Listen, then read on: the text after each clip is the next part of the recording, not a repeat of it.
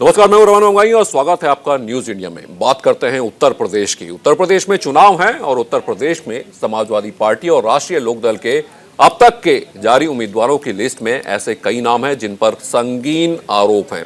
अब ऐसे उम्मीदवारों को लेकर बीजेपी सवाल उठा रही है। बीजेपी का कहना है कि समाजवादी पार्टी की लिस्ट नहीं है, अपराधी वही हैं। दरअसल एसपी-आरएलडी गठबंधन के कई उम्मीदवारों पर दर्जनों आपराधिक मुकदमे दर्ज हैं। कई अभी जेल में हैं तो कई सजा भी काट चुके हैं। अब कैराना से एसपी उम्मीदवार नाहिद हसन को ही लीजिए तो इनके खिलाफ 17 मामले दर्ज हैं। तो वहीं मेरठ शहर से उम्मीदवार रफीक अंसारी पर सिविल लाइन थाने में जानलेवा हमले से लेकर फर्जीवाड़े तक का आरोप है।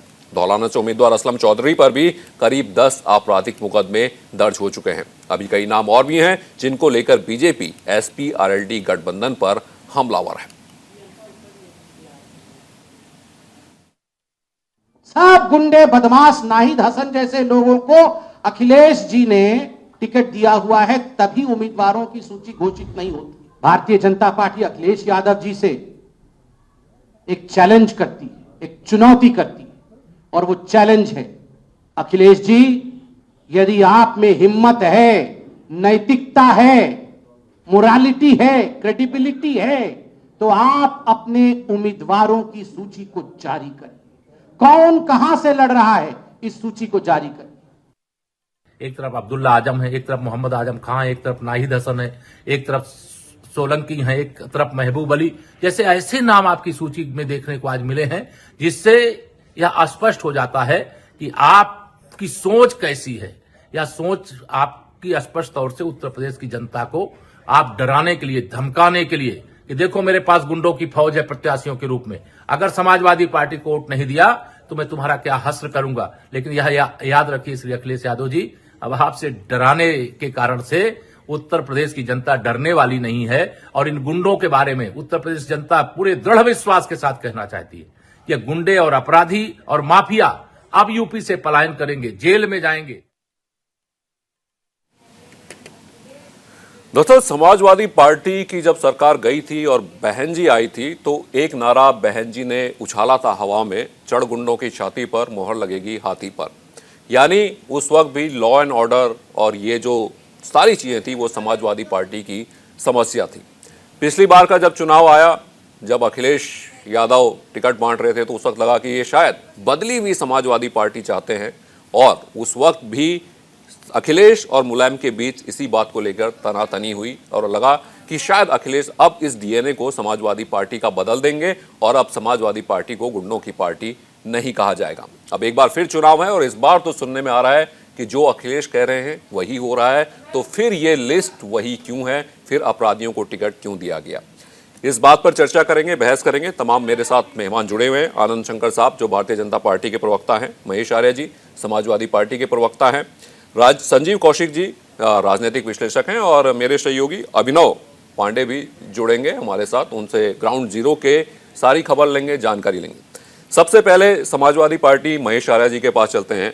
महेश जी, अखिलेश से नई हवा की उम्मीद थी और उस वक्त हमने भी देखा जब अमर सिंह थे, जब शिवपाल यादव की चल रही थी, मुलायम सिंह यादव की बहुत ज्यादा चल रही थी, तब अतीक और मुख्तार के नाम पर अखिलेश अड़ते हुए नजर आ रहे थे। लेकिन अब जब पार्टी उनके हाथ में है, सारे निर्णय उनके हाथ में है, तो फिर अखिलेश यादव क्यों बिखरते हुए यहां पर नजर आ गए? देखिए, जैसा आपने सवाल किया है, मैं ये समझता हूं कि समाजवादी पार्टी एक मूवमेंट वाली पार्टी है और अपने जो है क्षमता समानता को लेकर के चलती है, सबके साथ न्याय करने वाली पार्टी है। अच्छा, अब ये लिस्टों की बात कर रहे हैं, कैंडिडेटों के बारे में बात कर रहे हैं, तो मैं ये कहना चाहता हूं कि जब तक न्यायालय से अगर कोई अपराध साबित नहीं हो जाता, किसी को दोषी करार नहीं कर दिया जाता, तब तक उसको इनके कहने से कोई अपराधी नहीं बन जाता। नंबर 1। नंबर 2 कि ठीक है, इस तरह से समाजवादी पार्टी में अगर कैंडिडेटों को लेकर के इन्होंने उंगली उठाई है कि अपने गिरीबान में झांक के देखे। अभी मैं जो प्रवक्ता संबित पात्रा जी को सुन रहा था, उनके डिप्टी सीएम केशव प्रसाद मौर्य को सुन रहा था, तो वो कहावत है इसके लिए हिंदी में कि सूप बोले सो बोले, छल्ली बोल रही है जिसमें छेद ही छेद है। अभी केशव प्रसाद मौर्य जी की अगर प्रोफाइल उठा के देखिए, कितने मुकदमे थे उनके ऊपर, सरकार में आने के बाद उन्होंने वापस लिए। योगी आदित्यनाथ जी मुख्यमंत्री बने बैठे हैं, 5 साल तक रूल किए हैं। अगर वो अपराधी और अपराध की बात करते हैं तो उनके ऊपर कितने मुकदमे थे वो बता दें अपने, आप लोग, आपके पास लिस्ट होगी। उन्होंने अपने सरकार में आने के बाद सबसे पहले यही काम किया। उनकी पार्टी में तमाम ऐसे दागी लोग हैं जिनके ऊपर तमाम केस अपराधी हैं। हमें नाम भी अगर बताना चाहेंगे तो नाम भी सुरेश राणा जी, इनके ऊपर बहुत आपराधिक मामले हैं। इनके पास ब्रजभूषण सिंह हैं, इनके पास संगीत सोम है। ये कहाँ किस मठ के साधु हैं बताइए। और जो आपके क्या नाम उसका धनंजय सिंह है, किस मठ के साधु हैं। ब्रजभूषण सिंह किस मठ के साधु हैं, संत हैं। इनको किस शंकराचार्य कहा जाए, क्या कहा जाए। मतलब हमारे यहाँ अगर कोई है तो उनको अपराधी दिखाई देता, समाजवादी इनको अपराधी दिखाई देते, और भाजपाई हैं ये बिल्कुल वॉशिंग मशीन में धुले हुए हैं। बिल्कुल बिल्कुल महेश जी, आनंद शंकर जी भारतीय जनता पार्टी के प्रवक्ता हैं, आनंद शंकर जी के पास चलते हैं। तो आनंद शंकर जी, महेश जी ने अपनी लिस्ट के सामने आपकी लिस्ट रख दी है। मतलब तो ये लड़ाई इसी बात की है कि भाई मेरी शर्ट आपसे थोड़ा ज्यादा सफेद है, लेकिन कालिक तो कॉलर के पीछे हर पार्टी के है। अपना गिरेबान में देख के उसके बाद आनंद शंकर जी ना। जी रमन जी, देखिए FIR कई तरह के होते हैं। कुछ तो राजनीतिक रूप से जो पॉलिटिकली मोटिवेटेड FIRs होते हैं, कुछ FIR ऐसे होते हैं जो उनकी अगर आप देखें कि उसका क्वांटम क्या है, उसकी ग्रेविटी क्या है, उस पर होता है। लेकिन समाजवादी पार्टी के उम्मीदवारों की अगर लिस्ट देखें और FIR के चार्जेज अगर आप देखें तो आप दंग रहेंगे कि आप भारत में ही चुनाव लड़ रहे हैं। क्या भारत में चुनाव आयोग कोई चीज है कि नहीं? इनके जितने आप एक एक करके नाम गिनाते जाइए, मैं तो थक जाऊंगा। आदरणीय आर्य साहब बैठे हैं, अब इनको डिफेंड करना है तो ये करेंगे। आजम खान के ऊपर भारतीय जनता पार्टी का कोई आरोप नहीं है, और भारतीय जनता पार्टी के सन के समय का आरोप नहीं है। जब मायावती जी की सरकार थी तब, जब समाजवादी पार्टी की सरकार थी तब उस पर ढक दिया गया था। लेकिन उनके ऊपर ऐसे ऐसे संगीन आरोप हैं रमन जी, आप सुनेंगे तो आपके रोंगटे खड़े हो जाएंगे। नाहिद हसन, ये सोलंकी जी, इन लोगों के ऊपर आरोप की ऐसी ऐसी धाराएं हैं जो सुन के रोंगटे खड़े हो जाते हैं। और भारतीय जनता पार्टी से आप उसकी तुलना कर रहे हैं आर्य साहब। भारतीय जनता पार्टी के जो भी प्रत्याशी खड़े हैं आप उठा के देख लीजिए, किसी के ऊपर अगर लैंड ग्रैबिंग का, किडनैपिंग का, मर्डर का, एक्सटॉर्शन का अगर एक भी FIR हो तो आप दिखाइए। भारतीय जनता पार्टी पारदर्शिता में विश्वास करती है, 1 मिनट में उस पर कार्रवाई हो जाएगी। यहाँ देख के दल, जाति, धर्म देख के यहाँ पर कोई न्याय नहीं होता है। यहाँ पर सबका साथ विश्वास की बात है। अगर विश्वास में नहीं है तो उनको नहीं पार्टी अपने साथ रखती है। आप कृपया करके ये तुलना मत करिए कि नाहिद हसन, आजम खान और अब्दुल्ला आजम से आप संगीत सोम और संजीव बलियान जी की तुलना करेंगे। दोनों चलिए बिल्कुल बिल्कुल आनंद शंकर जी, संजीव कौशिक राजनीतिक विश्लेषक हैं, वो भी मेरे साथ जुड़े हुए हैं। एक बार संजीव कौशिक जी 10 सेकेंड। FIR का नंबर मत देखिए कि कितने FIR है, FIR की ग्रेविटी देखी जाती है कि किसके ऊपर किस तरह की ग्रेविटी और क्या चार्जेज है। इसलिए मैं आग्रह करूंगा कि आप दो चीजों को एक साथ तुलना मत करिए। संजीव कौशिक जी मेरे साथ जो है राजनीतिक विश्लेषक हैं। संजीव जी, यहाँ पर जो इस तरह से नेता होता है, जनप्रतिनिधि होता है, तो कई बार वो जनता की मांग उठाता है तो उस पर मुकदमे दर्ज होते हैं। लेकिन अगर अब इस वक्त समाजवादी पार्टी की मैं लिस्ट की बात करूं तो तमाम तरह के आरोप हैं, गैंगस्टर एक्ट से लेकर लैंड ग्रैबिंग तक के इनमें मामले दर्ज हैं। और उसके बाद जो यानी अखिलेश यादव से उम्मीद जगी थी कि समाजवादी पार्टी का जो DNA है उसे वो बदल देंगे, वो उम्मीद इस लिस्ट के बाद थोड़ी धूमिल पड़ी है। देखिए रमन, विश्व में सबसे बड़े लोकतंत्र का दम्भ भरने वाले हिंदुस्तान में यदि ऐसे प्रत्याशियों की सूची सामने आती है तो निश्चित रूप से पूरा देश शर्मसार होता है, कहने में कोई गुरेज नहीं है। लेकिन सबसे बड़ी बात यह है कि राजनीति में आपराधिक सूचिता की बात करने वाली भारतीय जनता पार्टी यदि इस पर तत्पर होती तो शायद इससे पहले इस पर लगाम लगाने का प्रयास करेगी। डबल इंजन जो बार बार कही जाती है, केंद्र में भी आप हैं और राज्य में भी आप हैं। आपको इसके लिए मुकम्मल व्यवस्था करनी चाहिए थी, कानून बनाने चाहिए थे कि ऐसे लोगों को चुनाव लड़ने से रोका जाए। आपने एक प्रतिबद्धता भी दिखाई थी शुरुआती दौर में, लेकिन क्या हुआ उस प्रतिबद्धता का? हिंदुस्तान की जनता आज भी ये देख रही है और बड़े उम्मीद के साथ देख रही है कि आप कुछ करेंगे इस मुद्दे पर। अब सवाल यह है कि जब चुनाव आयोग इस पर सख्ती नहीं लगा पाए, चुनाव आयोग यदि अयोग्य नहीं घोषित करता है तो हम और आप कौन होते हैं इसको बाहर का रास्ता दिखाने वाले। ये बात जरूर है कि हम जिसे बैठ करके चुनावी मौसम में ये जरूर कहेंगे कि हमारी कमीज आपसे कम गंदा है, लेकिन गंदा तो सारे लोगों की कमीज है, सारे पार्टियों की कमोबेश यही हालत है। चूंकि देखिए सबसे बड़ी बदलाव आई है हिंदुस्तान की राजनीति में कि पिछले कुछ वर्षों में सिद्धांतों की नहीं संख्याओं की राजनीति हो रही है। संख्या आपके पास है, चाहे जहां से भी आप ला रहे हो, तो आप सरकार बनाने में सक्षम है और आप सरकार बनाते हैं। हमने देखा है कि जो सरकार बनाने वाले लोग हैं उनकी संख्या बहुत कम रहती है, फिर भी वो जोड़ तोड़ करके कहीं और से अपने से ज्यादा जो उनकी पार्टी में संख्या है उससे ज्यादा कहीं और से वो जुगाड़ करते हैं और सरकार बनाने में सक्षम हुए हैं। तो ये जो मैसेज गया है उसके आधार पर केवल और केवल संख्या बननी चाहिए। सारे पार्टियों की कमोबेश से यही हालत है। हाँ, मैंने कहा कि इलेक्शन का वक्त है, एक दूसरे पर कीचड़ उछालने का मौका बहुत बेहतर मिलेगा, लेकिन जब आप निकाल के देखेंगे तो भारतीय जनता पार्टी जो सुचिता की बात करती है, उत्तर प्रदेश की बात कर ले, एडीआर की रिपोर्ट बताती है कि 76 से ज्यादा दागी इस तरह के विधायक उनके खेमे में बैठे हुए हैं जो सदन में उनके साथ बैठे थे। कभी उसके बारे में भी बात कर लेते, वो सबसे पहले वही नजीर पेश करते, शायद उसके बाद में हमें पत्थर फेंकने का मौका बेहतर मिलता और हम सामने वाले पे आरोप लगाते, लेकिन सबसे पहले हम अपने आप को पाक साफ करें। मुश्किल यही है कि भारतीय जनता बिल्कुल संजीव जी, बात यह है कि कोई पार्टी अपने को पाक साफ करे तो ये जब चुनाव आते हैं तो जीत ही सबसे आगे नजर आती है, फिर इसमें ये नजर नहीं आता कि कैंडिडेट की छवि कैसी है। मेरे सहयोगी अभिनव जुड़े हुए हमारे साथ ग्राउंड जीरो से, उनसे एक बारी ग्राउंड जीरो का हालचाल जानते हैं और उसके बाद इस बहस को आगे बढ़ाते हैं। अभिनव, आपने लगातार कई चुनाव कवर किए, हमें देखने में ये आया कि जब मायावती आई थी तब भी वो लॉ एंड ऑर्डर के नाम पर आई थी और समाजवादी पार्टी में उस वक्त भी यही परेशानी थी कि दागियों को टिकट दिए गए। उस टाइम ये कहा गया कि अखिलेश की चल नहीं रही है, लेकिन इस बार तो अखिलेश की चल रही है और लगता है क्या खूब चली है। देखिए, बिल्कुल अगर आप देखिए तो अखिलेश यादव की इस बार जो है समाजवादी पार्टी में अगर देखा जाए तो वन मैन शो है अखिलेश यादव। न तो यहाँ पर मुलायम सिंह यादव का कोई रोल है, न तो उनके चाचा का शिवपाल का कोई रोल है और न ही प्रोफेसर रामगोपाल का है। जो भी टिकट के बंटवारे हो रहे हैं उस पर सिर्फ और सिर्फ अखिलेश यादव की सहमति चल रही है और अखिलेश यादव ही उस पर मुहर लगा रहे हैं। फाइनल अथॉरिटी सिर्फ और सिर्फ one man show Akhilesh Yadav है। इसके पहले अगर आप देखिए तो तमाम जो राजनीतिक दल, चाहे वो भारतीय जनता पार्टी हो या फिर बहुजन समाज पार्टी हो, उसने भी आपराधिक छवि के लोगों को चुनाव में लड़वाने से गुरेज नहीं किया है। लेकिन इस बार जो है समाजवादी पार्टी चूंकि जानती है कि इस बार उसको चुनाव में जीतना सबसे बड़ी अहम बात है और चुनाव किसी भी रूप में इस बार चुनाव में जीतना है और सरकार बनाना है। इसके लिए कोई भी शाम दाम जो है दंडभेद कोई भी अगर अपनाने पड़े उसके लिए समाजवादी पार्टी गुरेज नहीं कर रही है। हालांकि इसके कई और पहलू भी है और समाजवादी पार्टी ने इसके पहले इस तरह के आपराधिक छवि है डीपी यादव को, आपको याद होगा कि 2012 में जब डीपी यादव को टिकट दिया जा रहा था उस समय उसने एक पार्टी से बाहर का रास्ता दिखा दिया था और यही एक फिल्म बन गई थी कि अब अखिलेश यादव जो है वो नेताजी से हट के है, वो पुरानी समाजवादी पार्टी नहीं रही, अभी अखिलेश यादव के हाथ में समाजवादी पार्टी है।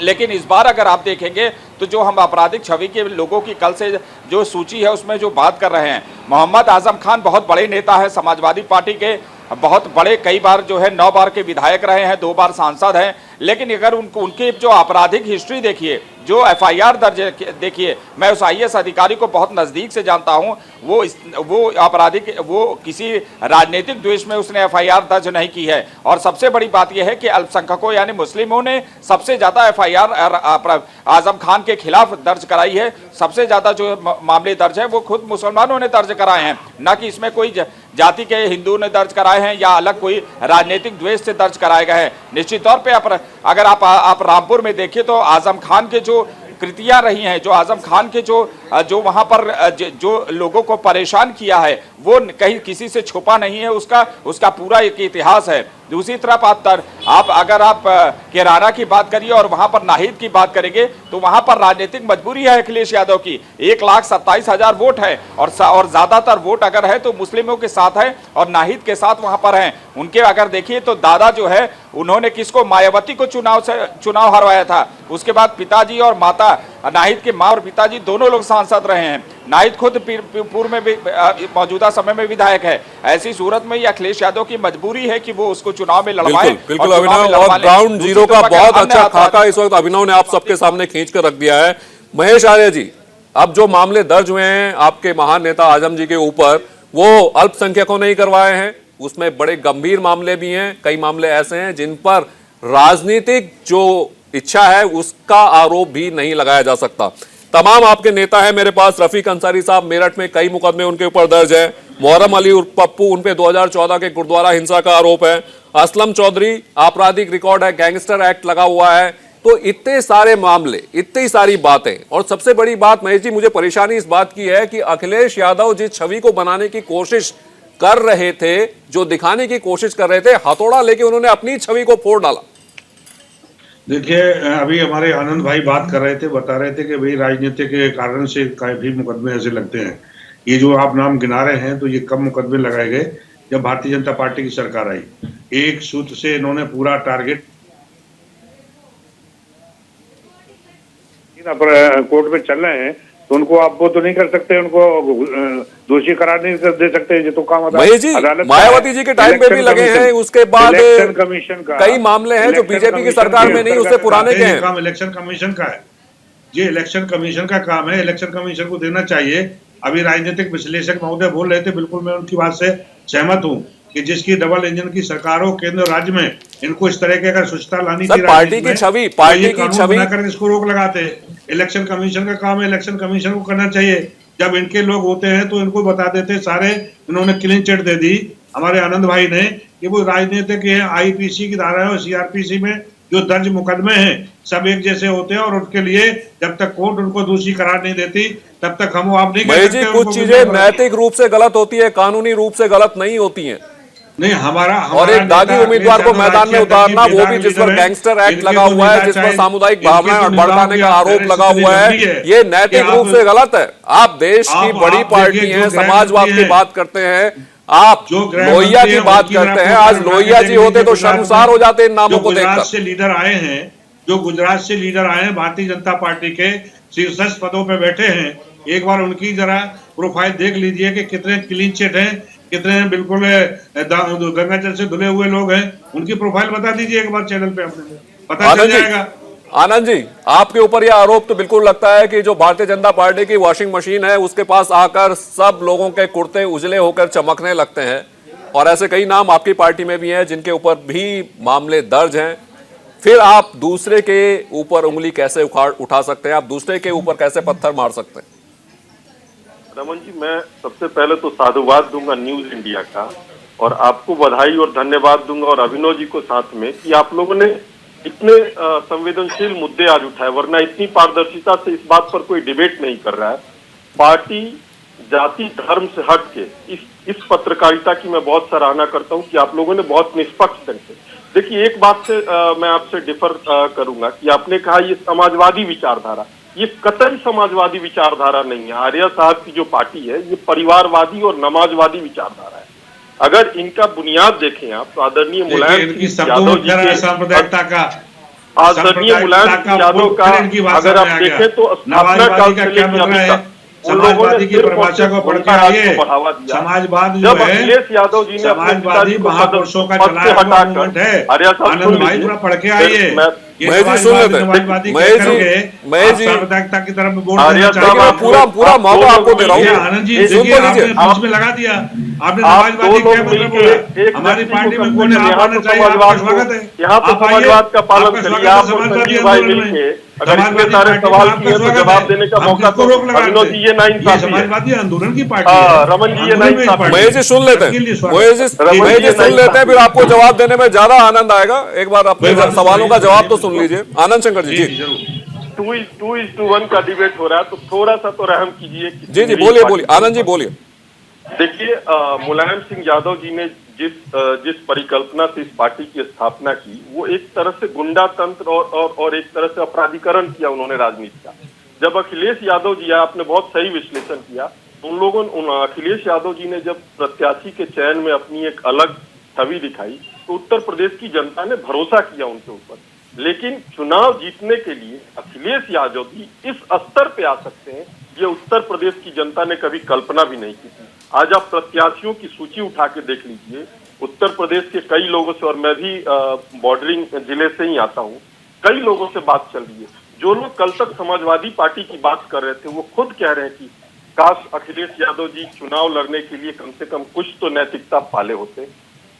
ठीक है, कोर्ट ने उनको अभी आजीवन कारावास या कोई सजा नहीं दी है, लेकिन अपनी भी तो मोरालिटी होती है। चुनाव जीतने के लिए आप इस स्तर पे आ सकते हैं कि नाहिद हसन जैसे लोगों को, आजम खान जैसे लोगों को, जिसके ऊपर सबसे ज्यादा अल्पसंख्यकों ने केस दर्ज किया है, और ये जो बकरी चोरी और मुर्गी चोरी की केस है, ये भारतीय जनता पार्टी ने नहीं किया है, वहां के स्थानीय लोगों ने किया है, लैंड ग्रैबिंग का केस किया है, एक्सटॉर्शन का केस किया है, किडनैपिंग का केस किया है। ये भारतीय जनता पार्टी के शासन में नहीं हुआ था, ये मायावती जी के शासन में भी हुआ था। और बिल्कुल बिल्कुल संजीव तो इसलिए संजीव संजीव भाई जी, संजीव जी से मैं एक चीज आग्रह करूंगा कि आप राजनीतिक विश्लेषक के रूप में तो कम से कम पारदर्शिता दिखाइए। संजीव जी, आपने एक बार भी समाजवादी पार्टी के इस पहल की एक बार भी इसकी चर्चा नहीं की कि हाँ समाजवादी पार्टी ने ये किया।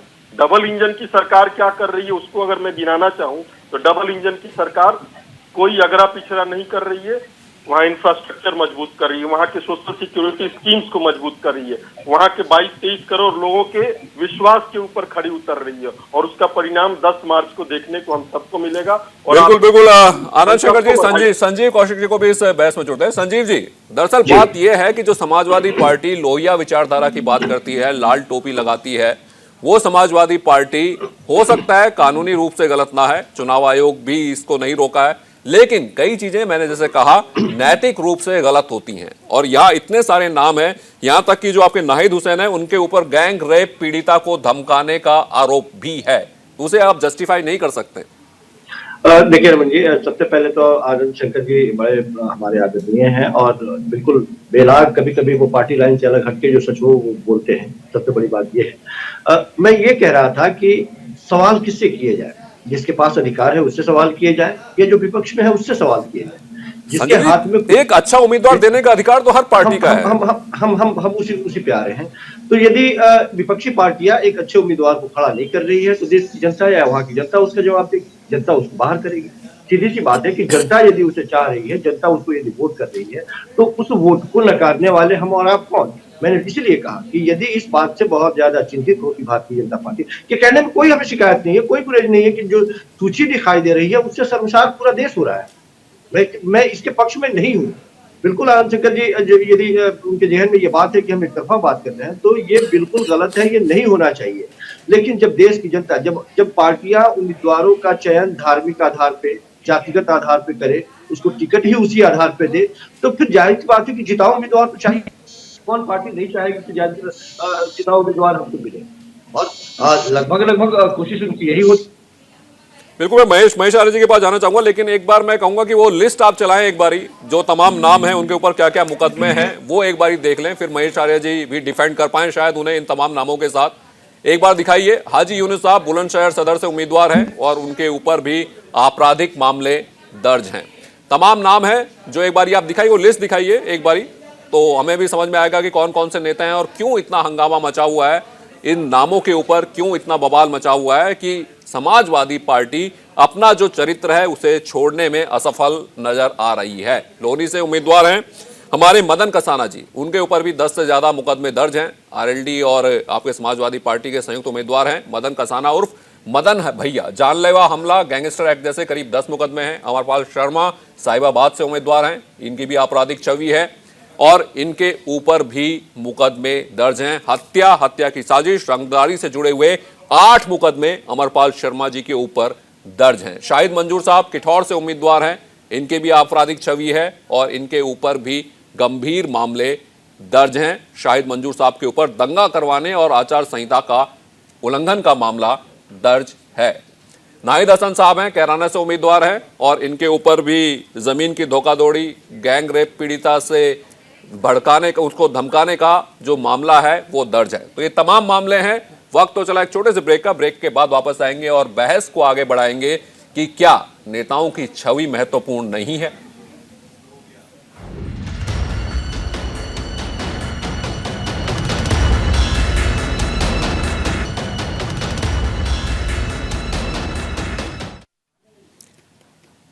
और ब्रेक के बाद एक बार फिर आपका स्वागत है। और काका हाथरसी हैं उत्तर प्रदेश के, उन्होंने लिखा था नेताजी की कार से कुचल गया मजदूर, चलो हो गई गरीबी दूर। तो नेताजी की कार से कुछ भी हो जाए उन पर कोई दोष नहीं लगता, नेताजी के ऊपर तरह तरह के आरोप लग जाएं उन पर कोई परेशानी की बात नहीं है। गैंगस्टर एक्ट लग जाए, उनके ऊपर लैंड ग्रैबिंग का केस लग जाए, उनके ऊपर रेप का केस लग जाए, बस नेताजी का कुर्ता चमकना चाहिए, नेताजी दोबारा चुनाव में खड़े हो सकते हैं। महेश आर्य जी, जब मैं समाजवादी पार्टी की बात करता हूं तो मुझे समाजवाद की याद आती है, मुझे लोहिया की याद आती है, मुझे 3 आने बनाम 25 आने की बहस याद आती है। लोहिया जी ने जो बहस संसद में की थी, उस समाजवाद की याद आती है जो कि लोगों के लिए था। लेकिन उत्तर प्रदेश में जब समाजवाद आता है तो फिर उसका अपराधीकरण हो जाता है। आप इस छवि से बाहर नहीं निकल पा रहे। अखिलेश यादव के कंधों पर जो वजन था, अब वो भी आपराधिक छवि की वजह से झुक गया है। देखिए, जिस तरह से आपने अभी थोड़ी देर पहले समाजवादी पार्टी के प्रत्याशियों की लिस्ट को दिखाया, मैंने भी आपको कुछ नाम सुनाए थे, क्योंकि आप भी इस तरह आनंद भाई कह रहे थे कि भाई हमारा जो आपका जो चैनल है बहुत ईमानदारी और निष्ठा के साथ दिखाता है, काम करता है। तो मैं भी चाह रहा था कि कम से कम जो नाम बताए, सरदाना से संगीत सोम पर कितने मामले हैं, किस किस धाराओं में है, आप बताते सुरेश राणा पे कौन कौन से कितने मुकदमे हैं, किन किन धाराओं में है, सांसद जी की पार्टी के, इनको बताते कौन कौन सी धाराओं में। ये आपने लिस्ट नहीं दिखाई केशव प्रसाद मौर्य जी के ऊपर और योगी आदित्यनाथ जी के ऊपर कितने मुकदमे थे और किन किन धाराओं में थे और किस अपराधी प्रवृत्ति के थे या साधु संत की प्रवृत्ति के थे, ये दिखाते तो मुझे भी अच्छा लगता। दूसरी बात यह है कि जो आप लोहिया जी की बात करें, हमारी पार्टी के और आदर्शों के लीडरों की बात करें, तो मैं भी चाहता हूँ ये भारतीय जनता पार्टी के दीनदयाल उपाध्याय की बात करें, उनकी छवि की बात की, इनके नेता कौन है। अटल बिहारी वाजपेयी जी की बात करें, उनकी छवि के नेता कौन है, उनको सबको साइड, आडवाणी जी जैसी छवि के लोग वो मौजूद हैं। उनके बाद में उनको साइड लाइन इसीलिए कर दिया गया कि शायद वो इनके करैक्टर से मेल नहीं खाता उनका। आज जो देख लिए इनकी पार्टी में जो भरे हुए, आपने बोला, मैं बताना चाहता हूँ कि जिनके अपने घर शीशे के हों वो दूसरों पत्थर नहीं मारा करते। इनकी पार्टी केंद्र और राज्य में सत्ता में और स्वच्छता की बात कर रही थी। जब पार्टी 2014 में सरकार बनाने से पहले इन्होंने बहुत कई बार सवाल उठाए, जितने कांग्रेस पे सवाल उठाए, अपोजिशन की तमाम पार्टियों पे सवाल उठाए कि अपराधी छवि के लोगों को ये पार्टियां टिकट देती हैं, तो अपने को आदर्श प्रस्तुत करते। अगर ये बिल्कुल किसी को अगर करते और ऐसा कानून बनाते तो कुछ की हिम्मत थी कि वो अपराधी किस्म के लोगों को टिकट देती। इनके अपने लिए तो मानक कुछ और है, अपोजिशन के लिए कुछ मानक और है, ये कैसे चलेगा? यदि एक साथ दोनों चीजें नहीं चलती है, ये दिखाते अगर इनके वास्तव में इनको चिंता होती देश की स्वच्छता की, अच्छी छवि, राजनीतिक छवि की, तो ये अपनी पार्टी में करके दिखाते। इनके तो जो बैठे हैं तो इनके अपराध बड़े से बड़े अपराधी हैं, वो बड़े बड़े पदों पे भी बैठे हैं और इनके अपराधी हैं। आपने देखा होगा कि जो बुलंदशहर में इंस्पेक्टर की जिसने हत्या की थी और उसको जाके नेता को इन्होंने जाके नवाजते हैं, उनको बड़ा पोस्ट देते हैं, उनका स्वागत करते हैं। इस तरीके से इनकी छवि खुद की अपनी ऐसी है, जनता देख रही है। तो इस तरीके दोहरा चरित्र के लोग जो हैं जब आ जाते राजनीति में, परोपदेश कुशल होते रहे, इस तरह की बात नहीं जमती है। आज पूरे देश आपके मुट्ठी में है, आप राज्यसभा में बहुमत में हैं, आप लोकसभा में हैं, सारी संस्थाएं आपके हाथ में हैं, लोकसभा अध्यक्ष, राज्यसभा अध्यक्ष, सब कुछ आपके हाथ में। क्यों आपने इसके लिए कानून बनाया? आपने किसानों के लिए काला कानून बना दिया और तमाम कानून बना दिए। एक इसके लिए भी कानून ले आते, अध्यादेश ले आते, बिल ले आते। बिल्कुल बिल्कुल महेश आर्य जी, और आपने तमाम नाम गिनवाए। दरअसल समाजवादी पार्टी की जो लिस्ट आई थी, इसीलिए इस पर बहस हो रही है, क्योंकि आपने नया नारा दिया था, नई हवा है, नई सपा है। तो मुझे लग रहा था कि ये जो नई सपा है वो नई होगी, उसमें जो पुराने आपराधिक चेहरे हैं उससे आप छुटकारा पा लेंगे। जीत को लेकर आप ऐसे चेहरों को वोट टिकट नहीं देंगे जो कि आपराधिक थे, जिनके ऊपर गंभीर मामले थे। इसी नई सपा का मैं इंतजार कर रहा था।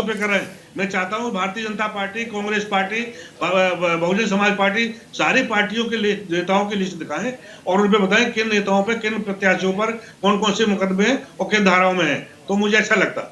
बिल्कुल, ये तमाम नाम आपके, इसीलिए आपको पूरा वक्त दिया मैंने और आपने तमाम नाम सामने रखे। और आनंद शंकर जी से भी लगातार मैं यही सवाल कर रहा हूं कि आनंद जी, जब ये नाम सामने आते हैं तो आप लोगों को भी जवाब देना मुश्किल हो जाता है, क्योंकि आपकी पार्टी में भी ऐसे कई नाम हैं जिनके ऊपर मुकदमे दर्ज है।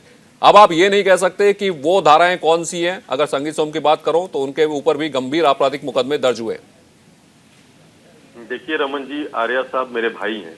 आर्या साहब ने एक बार भी इस बात का खंडन नहीं किया कि आजम खान और ये जितने ये लोग जो हैं, इन लोगों के ऊपर किस तरह के मुकदमे दर्ज हैं। देखिए, एक बात की बड़ी खुशी है कि अब आजम खान जी और उन लोगों के जो दल के लोग हैं, समाजवादी लोग, ये लोग अब भारतीय जनता पार्टी का अनुसरण कर रहे हैं। अरे भारतीय जनता पार्टी के चाल चरित्र और चेहरे का अनुसरण करिए आर्या साहब।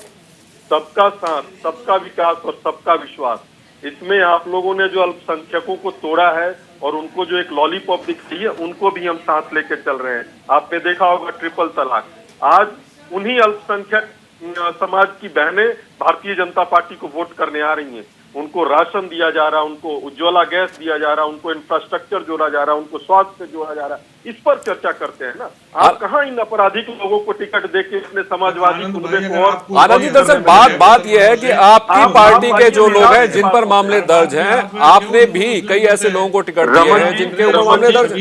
और अच्छी शिक्षा की राजनीति करने लगी आपकी पार्टी, तो हिंदू मुस्लिम को बीच में क्यों नहीं लाते? आप विकास के मुद्दे क्यों नहीं लाते? आप बताएं ना।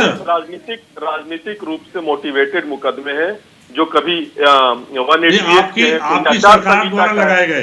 आपकी सरकार आने के बाद आप बकरी के बताइए, आजम खान जैसा इतना बड़ा कैबिनेट मिनिस्टर रहने वाला आदमी और उसको बकरी केस लगा रहे हैं, वो बकरियां चुराने जाएगा, वो भैंस चुराएगा, वो किताबें चुराएंगे। आपको शर्म तो आनी चाहिए, आपको भी शर्म आनी चाहिए। आपने राजनीतिक सत्ता का दुरुपयोग करते हुए समाजवादी या अपोजिशन के लोगों को डराने के लिए, भड़काने के लिए, धमकाने के लिए आपने उनके ऊपर राजनीतिक केस लगाए और उसके बाद आप राजनीतिक छवि की बात करते हैं। आपने तो खुद ही सत्ता का दुरुपयोग किया है।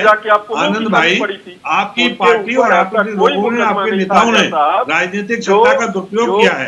आप हिंदू मुस्लिम करके समाज को बांटने का काम कर रहे हैं और सच्चाई से आप भागते हैं। अगर मुसलमानों से आपको इतना ही नफरत है तो इतना ही नफरत है, मुसलमानों के साथ रिश्ता जोड़ते हैं, उससे रिश्तेदारी करते हैं। आप पाकिस्तान में जाकर के जो है बिरयानी खाने के लिए चले जाते हैं। भाई आनंद भाई, दोहरा चरित्र मत दिखाइए, एक ईमानदारी से लाइए, राजनीति ईमानदारी के साथ करिए। आप जो इस तरीके से आप लोग दोहरा चरित्र दिखाते हैं। पाकिस्तान जिंदाबाद बहस किसी और समय करेंगे। दरअसल इस वक्त बात यही हो रही है कि जो लिस्ट है उसमें आपराधिक चेहरे हैं। संजीव कौशिक जी भी जुड़े हुए हैं, राजनीतिक विश्लेषक हैं। संजीव जी, आप देख सकते हैं कि जब आप बात करते हैं एक पार्टी के अपराधीकरण की, उनके उम्मीदवारों की आपराधिक छवि की, तो दूसरी पार्टी कहती है कि भैया उनके पास भी आपराधिक छवि के नेता हैं।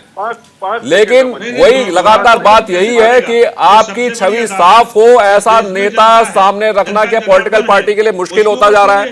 क्या साफ छवि के नेता जीत कर नहीं आ रहे हैं, इसीलिए इनसे मोह भंग नहीं हो रहा है? देखिए रमन जी, पिछले हफ्ते जनवरी में ही हमने देखा कि इलेक्शन कमीशन ने लोकसभा और विधानसभा दोनों के चुनाव लड़ने की जो खर्च सीमा को बढ़ा दिया है। अब सवाल ये है कि आप 40 लाख और 90 लाख जो केवल आंकड़ों में है, उतना से कोई फर्क नहीं पड़ता। उतना तो केवल टिकट लेने के लिए, दरवाजे पे खड़े रहने के लिए उतना खर्च कर देना पड़ता है। जब इससे ज्यादा पैसा आप लगाएंगे तो जाहिर सी बात है कि जीत की उम्मीद आपको रहनी चाहिए। कोई अपने जेब से लुटाने के लिए आ नहीं रहा है, और जब जीत जाएंगे तो सरकार बननी चाहिए, बहुत जरूरी है। और सरकार बनाने के लिए संख्या चाहिए। तमाम तरह से जिस तरह से व्यवसायीकरण हुआ है राजनीति का, आज के वक्त में राजनीति में यदि कोई कदम रखता है तो ये सोच के नहीं रखता या वो जमीनी स्तर से जुड़ा हुआ हो और देश की दशा और दिशा सुधारने के लिए नहीं रखता। एक तरह से इसका वो यदि उसमें जा रहा है तो उसके जहन में ये बात है कि हम जाएंगे, राजनीति में इतना इन्वेस्टमेंट कर रहे हैं, इससे ज्यादा आप देखेंगे कि 5 सालों में उनकी क्या स्थिति हो, देश की दशा और दिशा सुधरे या नहीं सुधरे, उनकी स्थिति क्या होती है। तो इस परिस्थिति में येन केन प्रकारेण सारे पार्टियों का उद्देश्य केवल और केवल जीत हासिल करना है। हम बार बार भारतीय जनता पार्टी को इसलिए कटघरे में खड़ा करने का प्रयास करते हैं कि भारतीय जनता पार्टी जब आई थी तो बिल्कुल एक अलग तरह की राजनीति करने के लिए वो आई थी। सारी चीजों में उम्मीद भारतीय जनता पार्टी से ज्यादा थी।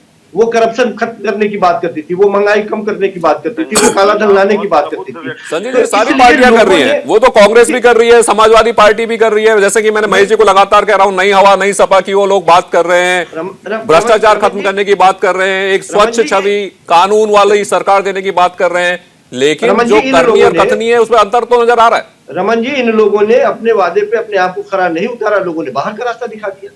आप आए हैं, आपको जब प्रचंड बहुमत मिला है तो लोगों ने आपसे उम्मीदें रखी है, आप मजबूती के साथ हैं, आप कुछ कीजिए, इस पे आप कानून बना दीजिए। मैं बार बार तो ये कह रहा हूं कि आप कानून बना दीजिए, इस तरह से बैठ के हमें बहस करने की जरूरत ही नहीं हुई, इनकी पात्रता स्वयं रद्द हो जाए, ये खत्म हो जाए। इस तरह के आनंद शंकर जी, इस बात का जवाब तो बनता है, उसके बाद फिर महेश जी के पास चलते हैं। आनंद जी। देखिए, संजीव भाई बहुत ही प्रबुद्ध और संवेदनशील व्यक्ति हैं और ये कई बार चीजों को ढंग से रखते हैं, लेकिन कुछ झिझक है, इसलिए ये समाजवादी पार्टी के उन प्रत्याशियों का नाम लेने में पता नहीं किस बात को लेकर संकुचित है। संजीव भाई, एक बार आप कहिए कि आजम खान को टिकट देना समाजवादी पार्टी का उचित कदम था? एक बार आप नाहिद हसन का नाम ले लीजिए, बताइए भारतीय जनता पार्टी। संजीव जी आप कह दीजिए, संजय जी कह दीजिए कि गलत था। किसी भी, मैं फिर बोल रहा हूँ कि किसी भी पार्टी में कोई भी आपराधिक छवि का व्यक्ति हो, मत बनिए संजीव भाई। नहीं सुनिए तो जिस मुखरता से भारतीय जनता पार्टी और डबल इंजन की बात कर रहे हैं, आनंद आप जी, एक बार कहिए कि बहुजन समाज पार्टी को तो छोड़ दीजिए, समाजवादी पार्टी ने जो ये लिस्ट जारी की है, क्या ये उचित है? नाम जो इन्होंने रमन जी ने गिना है, नहीं क्या ये देखिए उचित आनंद जातियों के जी, नाम आनंद जी और आप बोलने दीजिए ना। एप्पल टू एप्पल कंपेयर कर लीजिए आप। क्वांटम ऑफ जो उनकी ग्रेविटी है अपराध की और एफआईआर की वर्सेस बीजेपी, आप बताइए नाम लेके कि क्या ये उचित है? तब मैं मानूंगा कि आप सही में राजनीतिक विश्लेषण कर रहे हैं। आनंद जी, हम खुलेआम तौर पे कह रहे हैं कि राजनीति में किसी भी वैसे व्यक्ति का जिसके पास इस तरह के आपराधिक इतिहास हो और इतने बड़े केस से उनको नवाजा गया हो, लाद दिया गया हो, वैसे लोगों को राजनीति में तो हम चाहते हैं कि ऐसे लोगों की एंट्री ही ना हो। इनके लिए जगह जेल के सलाखों के पीछे है, लेकिन ये दृढ़ इच्छा शक्ति किसके पास हो? बिल्कुल, बोल आनंद जी। होगा जो सत्ता में है वो कानून इसके लिए बनाए और वो मजबूती के साथ इन लोगों को अंदर करे। जब आप हैं, जैसे न्यायालय है, चुनाव आयोग है, ये लोग तो देख ही रहे हैं इन चीजों को, लेकिन जो न्यायिक प्रक्रिया है वो भारत में इतनी कई चीजें लेट से चलती है। आनंद जी, हम आपसे उम्मीद रखते हैं कि न्यायालय में यदि जजों की संख्या कम है तो उसके बारे में आप नहीं सोचते हैं। ये मामले जिन मामलों को 2 साल 4 साल में निपट जाना चाहिए, उनको 20 साल लग जाते हैं निपटने में। आपने कभी इन मुद्दों पर ध्यान ही नहीं दिया कि न्यायालय में यदि जजों की संख्या कम। आनंद जी चलिए, भटक रहे हैं सर, बहस से भटक रहे हैं। सबसे बड़ी बात यही है आनंद शंकर जी कि इस सवाल का शायद जवाब आपके पास भी नहीं है इस वक्त कि आप लोगों ने कुछ क्यों नहीं किया, अगर आप आज सवाल उठा रहे हैं। महेश जी कहते हैं कि अगर लंबी लाइन को छोटा करना हो तो उससे लंबी लाइन खींचनी होती है। अगर आपको लग रहा था कि बीजेपी ने कुछ नहीं किया, अगर आपको लगता है कि उनके जो संगीत सोम है या उनके जो तमाम नेता हैं, आपने धनंजय सिंह का नाम लिया, उनका नाम लिया, उनके ऊपर आपराधिक मुकदमे हैं, तो आपने इस बार उदाहरण क्यों नहीं पेश किया? आपने तो वही कहानी दोहरा दी जो कहानी खराब थी। समाजवादी लोग और हमारी समाजवादी पार्टी बिल्कुल लंबी रेखा खींचने को तैयार है। और मैं कहना चाहता हूं कि अगर ये भारतीय जनता पार्टी जो केंद्र और सरकार डबल इंजन की सरकार चला रही है, तो ये एक एफिडेविट दें कोर्ट में, जो केंद्र में बड़े बड़े जो आपराधिक छवि के लोग हैं वो लोग अपने पदों से त्याग पर दें और यहीं से शुरुआत कर लेते हैं। उत्तर प्रदेश में जो इनकी छवि के लोग हैं, जो आपराधिक छवि के लोग हैं, बड़े बड़े पदों पर बैठे हैं, संवैधानिक पदों पर बैठे हैं, ये वहाँ एफिडेविट दे कोर्ट में और पद से मुक्त हो।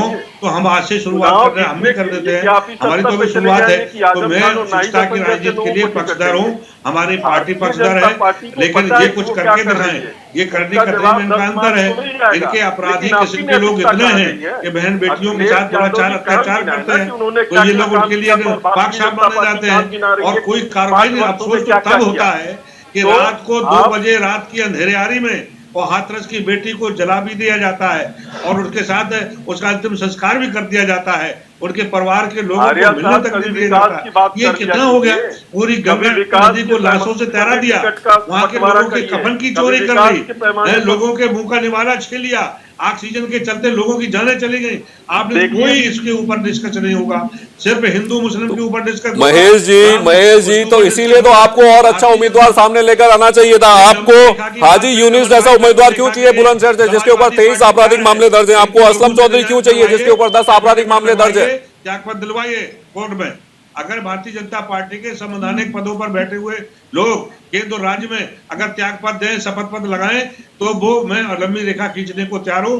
हम जो भी उसके अकॉर्डिंग होगा। मतलब अभी तो समाजवादी पार्टी जैसी है वैसी ही चलेगी। मतलब महेश जी आप ये कह रहे हैं कि भाई यही रहेंगे? कोई नैतिकता नहीं बची। देखिए, जनता जनार्दन है, जनता को निर्णय करना है। टिकट पार्टियों ने दिए हैं, लेकिन जनता को निर्णय करना है, उनके ऊपर छोड़िए। इलेक्शन कमीशन बैठा है, उसके ऊपर छोड़िए। उसने एफिडेविट लगाए हैं, उसने एफिडेविट प्रत्येक प्रत्याशी के मांगे।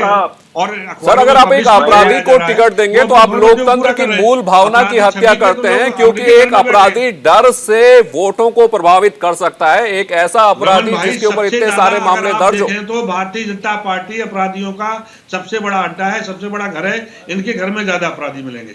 आप केंद्र से लेकर के स्टेट तक को अगर आप खंगालेंगे तो निश्चित रूप में, क्योंकि अपराधी हमेशा सत्ता की शरण में रहता है, विपक्ष की शरण में नहीं जाता। अगर आप देखेंगे समाजवादी पार्टी तो सत्ता में नहीं है, तो हमारे पास कैसे रहेंगे अपराधी? मतलब आपने बीजेपी को टक्कर देने के लिए अपराधियों की फौज खड़ी की है सर? क्या समाजवादियों की जगह अपराधियों की फौज खड़ी कर देंगे। अपराधी आप कैसे कह सकते हैं जब तक अदालत नहीं अपराधी ठहरा देती, उनको दंडित नहीं कर देती, तब तक वो अपराधी कैसे कर सकते हैं?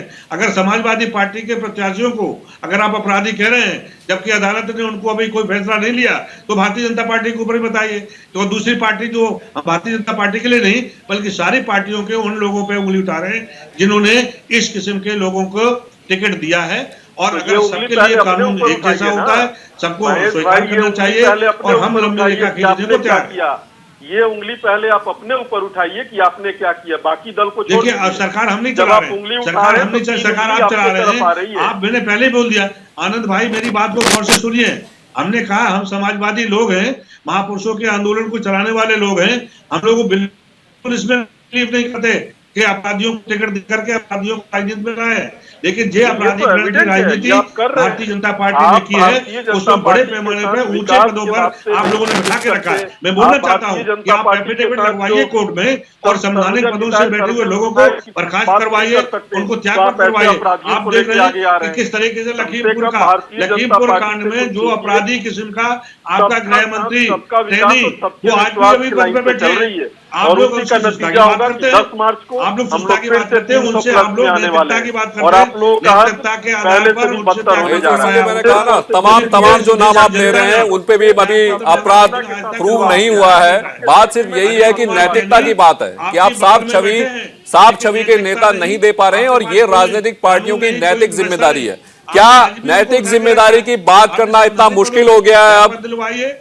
उनसे शपथ पत्र लगवा करके जो संवैधानिक पदों पे बैठे हुए अपराधी किस्म के मंत्री हैं, संजीव जी मुस्कुरा रहे हैं, इन्होंने संजीव जी को बैकफुट पर ला दिया है। उनको कोर्ट में शपथ पत्र महेश आर्य जी ने संजीव जी को बैकफुट पर ला दिया है। अभी संजीव जी मुस्कुरा रहे हैं मन में कि अब मैं क्या बोलूं महेश आर्य जी की। आनंद भाई देखिए संजीव जी के दिल की बातें सुन लेते हैं। संजीव जी जब खुद आप लोग शीशे के संजीव जी के दिल की बात सुन लेते हैं। संजीव जी बताइए, अपनी मुस्कुराहट का राज आप खोल दीजिए। आप मेरी भाषा थोड़ी सी तल्ख हो सकती है, लेकिन राजनीति के मामले में सत्ता के हवस में इतनी पार्टियां सत्ता लोलुप हो चुकी है कि नैतिकता नाम की जो चिड़िया है वो बहुत निरीह हो गई है आज के वक्त। इसके बारे में किसी को चिंता नहीं है कि देश की जनता क्या सोचती है, मैसेज क्या जा रहा है, हमारे प्रजा के लोग हमारे बारे में क्या सोच रहा है कि हम किस तरह की प्रत्याशी देख रहे हैं, देख या सामने आ रहा है। उनके पास मजबूरी होती है और जब इस तरह के प्रत्याशियों को खड़ा किया जाता है निश्चित रूप से जनता भी परेशान होती है और मजबूरी में उन्हीं से सुनना होता है उनको।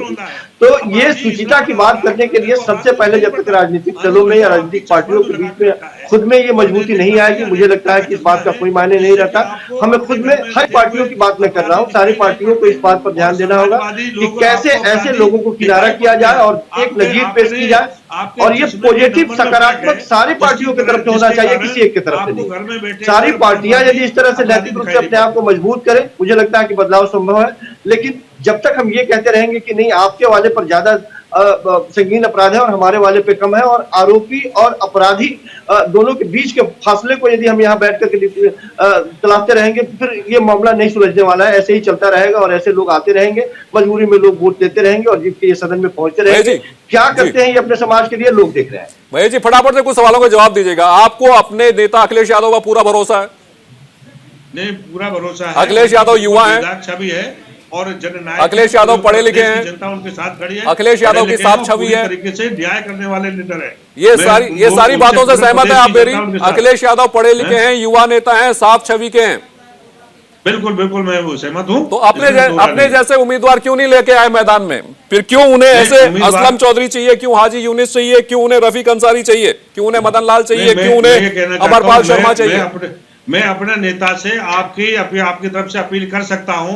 पहले हमने बोला, मैंने एक निवेदन किया है आपके चैनल के माध्यम से कि अपराधी किस्म के लोग जो संवैधानिक पदों पर बैठे हैं और जिनका आपराधिक चरित्र है और दुनिया ने देखा है, अजय कुमार मिश्रा ने अभी लखीमपुर खीरी में जो जीप चढ़ा के लोगों की हत्या की, अपराध दुनिया के बात तो वो फिर बात तो फिर वही आ जाती है ना महेश जी की अपराध उनका भी अभी साबित नहीं हुआ, तो बचने के तो 100 तरीके आप ही ने दे दिए। हाँ महेश जी रोकना चाहूंगा, एक बड़ी खबर आई है। अखिलेश यादव ने सीएम योगी पर हमला बोला है, जिन्हें पाकिस्तान दुश्मन नहीं लगता, जिन्ना दोस्त लगता है, उनकी शिक्षा दीक्षा और दृष्टि पर क्या ही कहा जाए।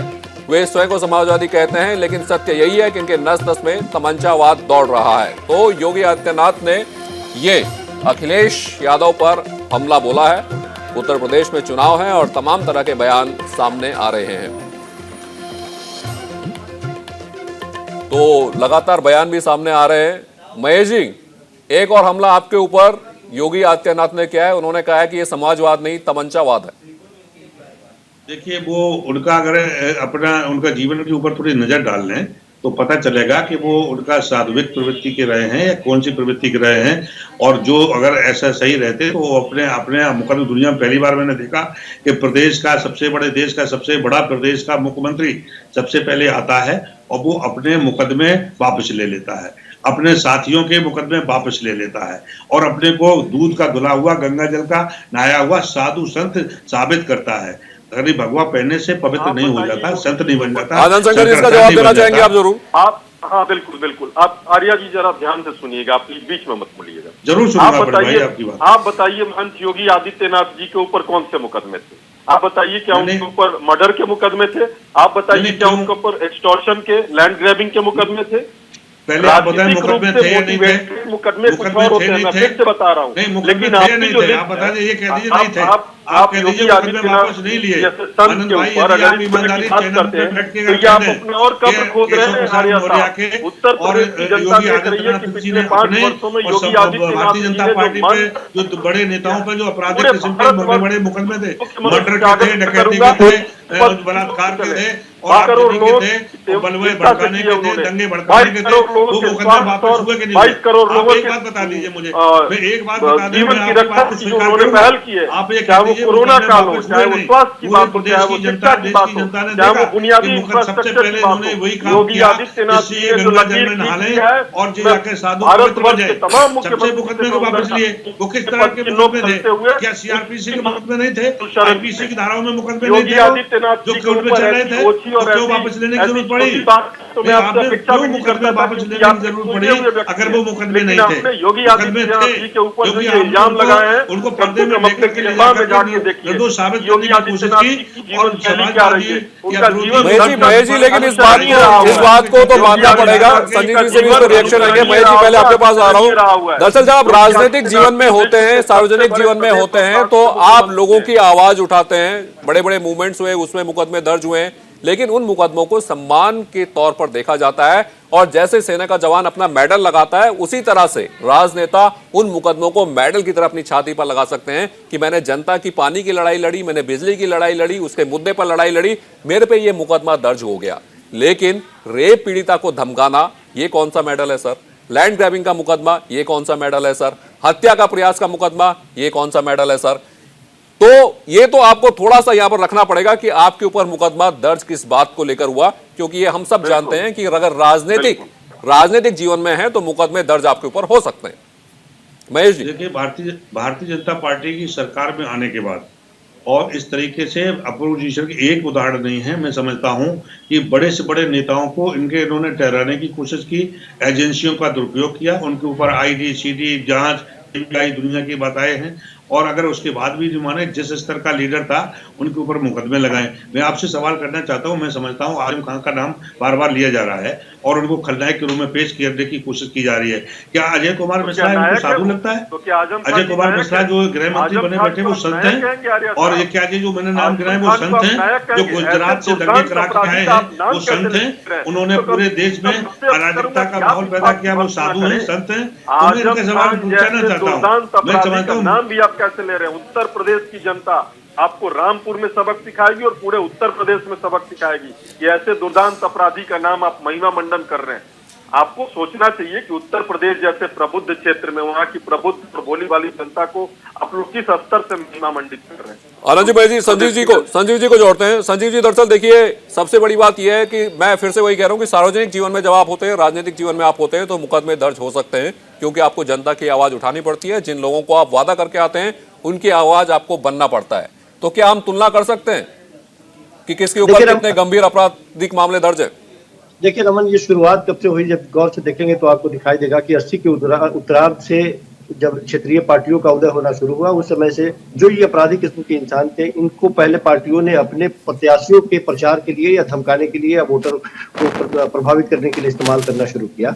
और उसके बाद धीरे धीरे इनको लगने लगा, अपराधियों को लगने लगा कि जब हम आपको जिता सकते हैं तो खुद क्यों नहीं लड़ सकते हैं। कानून में इतने छिद्र दिखाई देने लगे कि वो भी आसानी से लड़ना शुरू कर दिया, और लड़ने के बाद में उनकी भी जीत सुनिश्चित होने लगी। बाद में पार्टियों को लगने लगा कि नहीं, अब इनको मजबूरी में हमें शामिल करना चाहिए, ये जिताऊ हैं, जीतने वाले प्रत्याशी हैं। तो इस तरह से धीरे धीरे पूरा राजनीतिक, जो आप कौन नहीं चाहेगा कि भारतीय राजनीति कम से कम अपराधियों से मुक्त हो, अपराध मुक्त हो, और सुचिता की बात सारी पार्टियां करती हैं, सारी पार्टियां चाहती हैं। लेकिन मैंने कहा कि इसके लिए राजनीतिक पार्टियों को ही दृढ़ इच्छा शक्ति लानी होगी कि कैसे इससे, इस चुंगल से बाहर लाया जाए अपने आप को, किस तरह से लोगों के बीच में एक नजीर पेश किया जाए। मैं बार बार, चूंकि सत्तारूढ़ पार्टी के ऊपर हो सकता है कि आनंद जी को थोड़ा अच्छा नहीं लग रहा हो, लेकिन आप सत्ता में है तो अभी भी हम उम्मीद की किरण आपसे देखते हैं कि आप बिल्कुल बिल्कुल संजीव जी, उम्मीद की किरण है, क्योंकि ये चीजें ऐसी हैं जो कि नैतिक रूप से गलत हैं, कानूनी रूप से भी गलत नहीं है, आपराधिक मामले हैं, लेकिन अपराध अभी साबित नहीं हुआ। महेश जी, संजीव जी, आनंद जी, आप सब जुड़े, बहुत बहुत धन्यवाद आप सबका इस बहस में, इस चर्चा में हिस्सा लेने का। और योगी आदित्यनाथ ने भी ट्वीट किया है जिसमें उन्होंने कहा कि यहाँ पर समाजवाद नहीं तमंचावाद है, जिन्हें पाकिस्तान दुश्मन नहीं लगता, जिन्ना दोस्त लगता है, उनकी शिक्षा, दीक्षा और दृष्टि पर क्या ही कहा जाए, वो स्वयं को समाजवादी कहते हैं, लेकिन सत्य यही है कि इनकी नस नस में तमंचावाद दौड़ रहा है। तो उत्तर प्रदेश में चुनाव है और यहाँ पर बड़ी खबर इस वक्त ये आ रही है कि सूत्रों के हवाले से खबर है कि बीजेपी के संकल्प पत्र में मथुरा एजेंडे का सांकेतिक जिक्र होगा। अयोध्या काशी की तरह मथुरा का कायाकल्प का संकल्प, सूत्रों के हवाले से खबर है कि अयोध्या काशी के अलावा मथुरा का भी जिक्र हो सकता है। किसानों के बिजली बिल को लेकर बड़ा दावा कर सकती है बीजेपी, ये भी बड़ी खबर है। संकल्प पत्र में सकती है भारतीय जनता पार्टी। तो चलिए, न्यूज इंडिया में वक्त हो चला एक छोटे से ब्रेक का। ब्रेक के बाद भी खबरों का सिलसिला चलता रहेगा।